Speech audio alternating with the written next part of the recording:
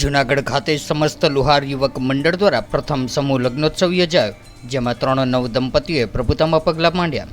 જૂનાગઢના સરદાર પટેલ ભવન સ્થિત જૂનાગઢ સમસ્ત લુહાર સમાજ દ્વારા પ્રથમ સમૂહ લગ્નોત્સવનું આયોજન કરાયું હતું. ત્યારે આ પ્રથમ સમૂહ લગ્નોત્સવમાં 3 નવ દંપતીઓએ પ્રભુતામાં પગલાં ભર્યા હતા.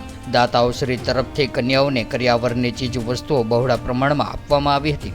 ત્યારે આ પ્રથમ સમૂહ લગ્નમાં લુહાર યુવક મંડળ દ્વારા ભારે જહેમત ઉઠાવીને લગ્નોત્સવને સફળ બનાવ્યો હતો.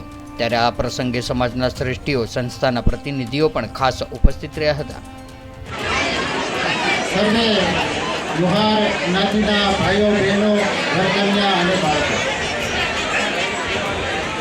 આવા ગિરનારનો નજારો, જૂનાગઢનો નજારો હિમાલયથી ઓછો નથી.